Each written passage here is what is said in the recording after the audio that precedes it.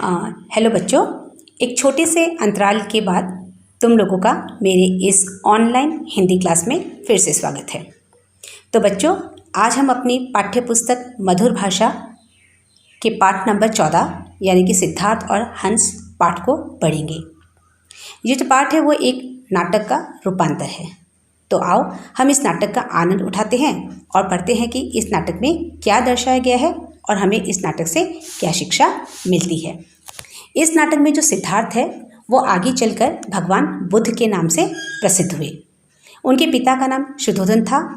वे क्षत्रिय वंश से संबंध रखते थे तथा नेपाल की तराई में स्थित एक छोटे से गणराज्य के शासक थे। उनकी माता का नाम महामाया था।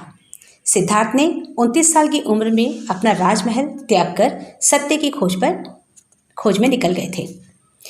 6 साल बहुत कष्ट सहने के बाद उन्हें बैसाख की पूर्णिमा को सच्चे ज्ञान की प्राप्ति हुई। तब उनकी आयु सिर्फ 35 वर्ष की थी। उन्होंने ही बौद्ध धर्म की स्थापना की थी और अंत में 80 वर्ष की आयु में उन्होंने अपना जीवन त्याग दिया, यानी कि उनकी मृत्यु हो गई थी। तो बच्चों, ये तो रही थोड़ी सी जानकारी सिद्धार्थ के विषय में। तो आओ अब हम इस नाटक को पढ़ते हैं। इस नाटक में दो भाइयों के बीच हुई एक छोटी सी घटना को प्रस्तुत किया गया है। तो सब लोग अपने पाठ को देखो और नाटक में जो पहला दृश्य है वो दिखाया गया है। उसमें क्या है, जो राजकुमार सिद्धार्थ है वे उद्यान में टहल रहे हैं। उद्यान यानी बगीचा। तभी बाण से बिंधा हुआ एक हंस उनके सामने आ गिरता है। वे दौड़कर उसे गोद में उठा लेते हैं। तो जो पहला दृश्य है उसमें दिखाया गया जो सिद्धार्थ है वो एक बगीचे में टहल रहे हैं और तभी एक हंस को बाण लगा हुआ था। बाण समझते हो जैसे धनुष और तीर जो होता है, तीर लगा हुआ था और वो सिद्धार्थ के सामने आकर गिरता है। तो सिद्धार्थ उसे देखकर दौड़कर उसे अपनी गोद में उठा लेता है। फिर सिद्धार्थ कहता है, ओह, इस भोले भाले पक्षी को बाण से किसने लहूलुहान कर दिया। लहूलुहान यानी कि जो हंस था उसके शरीर में बाण लगने के कारण बहुत सारा खून निकल रहा था और वो जो हंस था वो पूरा खून से लथपथ हुआ था। तो उसने कहा कि ये इस इतने भोले भाले पक्षी को किसने बाण मारकर खून से लथपथ कर दिया। तो वे बाण को हंस के शरीर से निकालकर अपनी हथेली में चुभोते हैं और ये कहकर उसने जो हंस के जो शरीर में जो बाण लगा हुआ था उस बाण को निकालकर उसे अपने हाथों में चुभो कर देखा। हथेली मतलब जो पाम होता है उस पर चुभो कर देखा। ओह, ज़रा सी नोक चुभने पर मुझे कितनी पीड़ा हुई। तो इस बेचारे के भीतर तो आधा बाण ही समा गया है। और तब जो हंस था उसने जो सिद्धार्थ थे उन्होंने मतलब उस बाण को अपने हाथों में चुभो कर देखा और उसे बहुत ज़्यादा दर्द हुआ, थोड़ा सा चुभोने के कारण ही। तब उसने उस हंस के दर्द को महसूस किया और उसने कहा कि इस बेचारे के शरीर के अंदर तो पूरा आधा बाण ही चला गया होगा। तो मुझे जब थोड़ा सा चुभोने से इतनी दर्द हुई है तो इस हंस को के अंदर जो पूरा बाण ही चला गया उसको कितनी दर्द हुई होगी। उसके दर्द की तो कोई सीमा ही नहीं होगी। तो वे तालाब के पास जाकर हंस के घाव को धोते हैं और उनके वस्त्र और अपने वस्त्र को चीरकर पट्टी बांधते हैं। और तब क्या हुआ, सामने एक तालाब था, जैसे कि वो बगीचे में टहल रहे थे। तो उस तालाब में जाकर उसने क्या किया, वो पानी से हंस के घावों को धोया और अपने ही कपड़ों को फाड़कर एक पट्टी निकाली और उसे हंस पर बांध दिया। तो तुम देख रहे हो चित्र में दिया गया है जो सिद्धार्थ है वो हंस के शरीर में पट्टी को बांध रहा है। और फिर उसने कहा कि ओह, किस निर्दय ने, निर्दय मतलब जिसके मन में दया ना हो, तो किस निर्दय ने इस निर्दोष को बाण से छेद डाला। तो जो हंस था वो बहुत ही शांत पक्षी था, वो निर्दोष था, वो ऐसा जानवर नहीं था कि वो किसी दूसरों को कष्ट पहुंचाए। तो बहुत शांत सा पक्षी था। तो उसने इसीलिए इसको निर्दोष कहा है कि इस निर्दोष को किस निर्दय ने बाण से छेद डाला। और तभी क्या हुआ, हाथ में धनुष लिए देवता का उद्यान में प्रवेश। जो कि नाटक चल रहा है, तभी जो देवदत्त था उसका भाई वो एक हाथ में धनुष लिए हुए उसी बगीचे में आता है, प्रवेश करता है। तब सिद्धार्थ ने उसको देखते ही कहा, देखो ना भैया देवदत्त, इस हंस को बाण मारकर किसी ने घायल कर दिया है। बेचारा पीड़ा के मारे तड़प रहा है।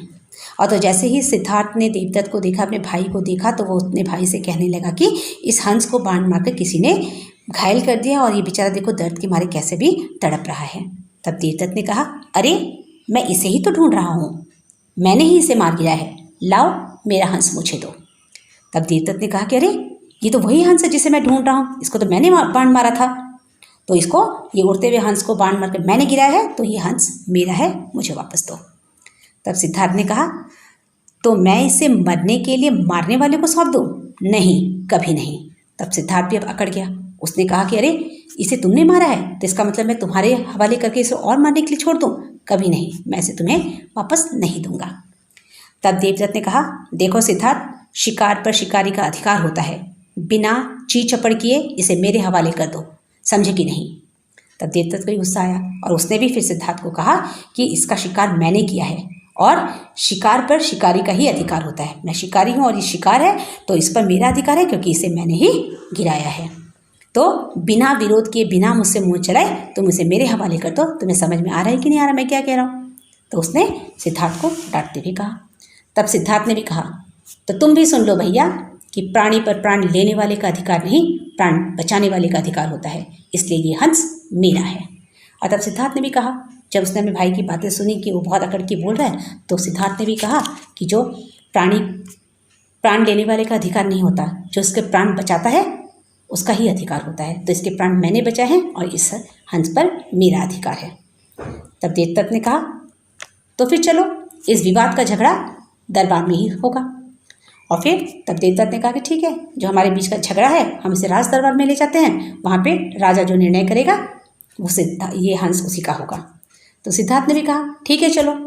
फिर दोनों वहाँ से जाते हैं। अब फिर नाटक का दूसरा दृश्य है।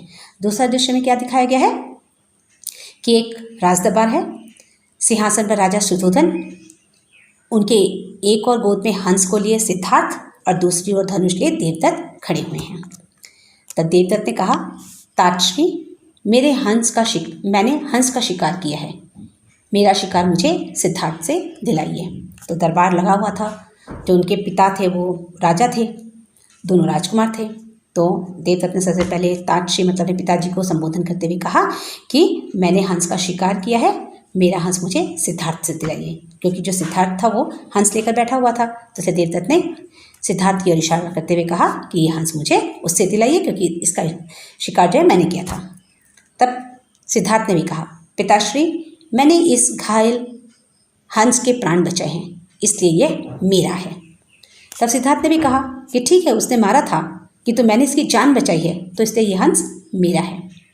राजा दोनों की बातें सुनकर दुविधा में पड़ गए। वे मंत्री की ओर देखते हैं। मंत्री खड़े हो जाते हैं, हाथ जोड़कर सिर नवाते हैं। अब क्या हुआ कि अब जो राजा था उन दोनों की बातों को पढ़कर दुविधा में पड़ गए कि अभी किसके पक्ष में वो न्याय करे, दोनों की बात ही सही है। तब उसने मंत्री की ओर कहा, तो मंत्री ने भी क्या हुआ, खड़े होकर हाथ जोड़ा और सिर झुकाया। और फिर मंत्री ने कहा, महाराज, इस विवाद का निपटारा तो हंस ही कर देगा, इसे दोनों राजकुमारों के बीच में छोड़ दिया जाए, यह अपनी इच्छा से जिस राजकुमार के पास चला जाए उसी का है। तब मंत्री ने भी कहा कि ये तो सच्ची में बहुत मुश्किल की बात है कि ये हंस किसको दिया जाए, तो हम एक काम करते हैं, इस हंस को दोनों राजकुमार के बीच में छोड़ देते हैं और हंस जिस राजकुमार की ओर जाएगा ये हंस उसी का होगा। फिर राजा शुद्धोधन ने कहा, मंत्री जी, हम आपकी बुद्धि का लोहा मानते हैं, ऐसा ही किया जाए। तब राजा शुद्धोधन ने कहा कि मंत्री, हम मतलब आपकी जो बुद्धि है वो श्रेष्ठ है, आपने सही कहा है, ऐसा ही किया जाए। फिर हंस को दोनों राजकुमारों के बीच में छोड़ दिया जाता है। हंस देवदत्त की ओर देखकर डर जाता है, फिर सिद्धार्थ को देखकर उसके पास चला जाता है। सिद्धार्थ उसे गोद में उठा लेता है। तो जैसे ही हंस को दोनों राजकुमार के बीच में छोड़ा जाता है, तो जो हंस था जैसे ही देवदत्त को देखता है, वो बड़ा धनुष बाण लेके खड़ा है, तो सिद्धार्थ उसे देखकर एकदम डर जाता, और हंस उसे देखकर डर जाता है। और जैसे ही उसने सिद्धार्थ को देखा तो वो उसकी तरफ चला जाता है, और जैसे ही सिद्धार्थ के पास वो पहुँचता है तो सिद्धार्थ उसे गोद में उठा लेता है। सभी दरबारी थे वहाँ पे मौजूद, सभी ने कहा, राजकुमार सिद्धार्थ की जय, प्राण रक्षक राजकुमार की जय। तो सभी दरबार ने बोला कि सिद्धार्थ की जय जयकार की, क्योंकि उसने एक निर्दोष जीव की जान बचाई थी, उसकी प्राणों की रक्षा की थी। तो आखिरी में कहा गया है मारता जो जीव को है वो बड़ा होता नहीं, जो बचाता जीव को है बड़ा तो होता वही। तो जो अपनी बहादुरी का प्रदर्शन करके दूसरे को चोट पहुंचाता है वो कभी नहीं बड़ा हो सकता, बल्कि जो उस जीव को या जिसको चोट पहुंचाता है उसके घाव को भर कर उसे स्वस्थ कर देता है वही बड़ा होता है। तो इस पाठ से हमें ये शिक्षा मिलती है कि मारने वाले से बचाने वाला सबसे बड़ा होता है।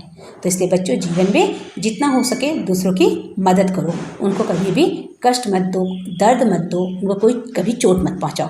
हो सके तो उनके चोट को, उनके कष्ट को सहायता करो कि उनका कष्ट मिट जाए, उनकी दुख दर्द मिट जाए, उनकी सहायता करो।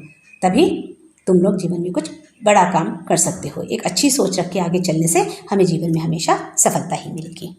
तो बच्चों, तुम लोग को कहानी समझ में तो आई, एक छोटा सा नाटक था तो समझ में आया।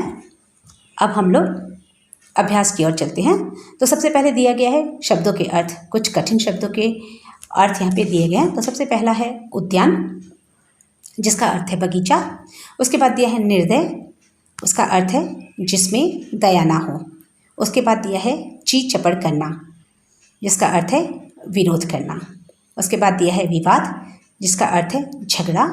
उसके बाद दिया है दुविधा, जिसका अर्थ है क्या करे क्या ना करे का भाव।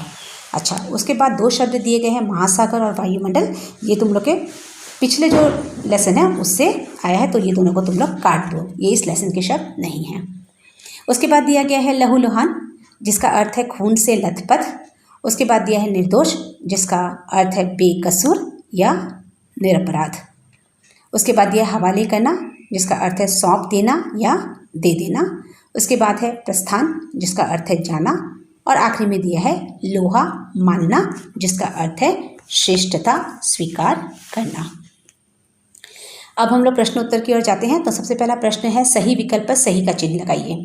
तो यहाँ पे कुछ प्रश्न दिए गए हैं और उनके तीन ऑप्शंस दिए गए हैं। जौन सा सही है उस पर तुम लोग को सही का निशान लगाना है। राजकुमार सिद्धार्थ कहाँ टहल रहे थे? तो ऑप्शन है उद्यान में, बाजार में, जंगल में। तो इसका सही जवाब है उद्यान में। दूसरा प्रश्न है सबसे बड़ा कौन होता है? तो इसके तीन ऑप्शन दिए हैं, मारने वाला, बचाने वाला या कोई नहीं। तो इसका जवाब होगा बचाने वाला। उसके बाद का प्रश्न देखो, दोनों राजकुमार न्याय करने के लिए किसके पास गए? तो इनके तीन ऑप्शन है, राजा शुद्धोधन के पास, राजा राम के पास, राजा अंगद के पास। तो इसका जवाब होगा राजा शुद्धोधन के पास। प्रश्न नंबर 2 की ओर जाओ, वहाँ पर भी कुछ प्रश्न दिए गए हैं, उसका उत्तर तुम लोग को लिखना है पूरे फुल सेंटेंस में। हंस को बाण किसने मारा था? तो इसका जवाब होगा हंस को बाण देवदत्त ने मारा था। उसके बाद दिया है हंस का बाण किसने निकाला था? तो इसका जवाब होगा हंस का बाण सिद्धार्थ ने निकाला था। उसके बाद दिया है हंस देवदत्त के पास क्यों नहीं गया? तो हंस देवदत्त के पास इसलिए नहीं गया क्योंकि देवदत्त ने ही हंस को बाण मारकर लहूलुहान कर दिया था। उसके बाद दिया है हंस सिद्धार्थ के पास क्यों गया? हंस सिद्धार्थ के पास इसलिए गया क्योंकि सिद्धार्थ ने उसकी जान बचाई थी। अच्छा, अब उसके बाद वाले प्रश्न को देखो, नीचे दिए गए वाक्यों को क्रम अनुसार लगाइए। पहले क्या हुआ, फिर क्या हुआ, उसके बाद क्या हुआ, इस तरीके से लिखना है। तो यहाँ पे 6 वाक्य दिए गए हैं। तो सबसे पहला वाक्य इसमें होगा, जवाब बता रही हूँ तुम लोग को मैं, जो पहला होगा देवदत्त ने हंस को मार गिराया। उसके बाद होगा सिद्धार्थ ने उसके प्राण बचाए। उसके बाद होगा दोनों झगड़ते हुए दरबार में गए। उसके बाद होगा राजा ने दोनों की बात सुनी। उसके बाद होगा मंत्री के कहने से हंस को दोनों राजकुमारों के बीच में छोड़ा गया। और आखिरी में होगा हंस सिद्धार्थ के पास चला गया। अब आखिरी का प्रश्न देखो, बताइए ये वाक्य किसने किससे कहे हैं? शिकार पर शिकारी का अधिकार होता है। तो ये किसने कहा? देवदत्त ने सिद्धार्थ से कहा। उसके बाद दिया गया है प्राणी पर प्राण लेने वाले का अधिकार नहीं, प्राण बचाने वाले का अधिकार होता है। तो इसका जवाब सिद्धार्थ ने देवदत्त से कहा।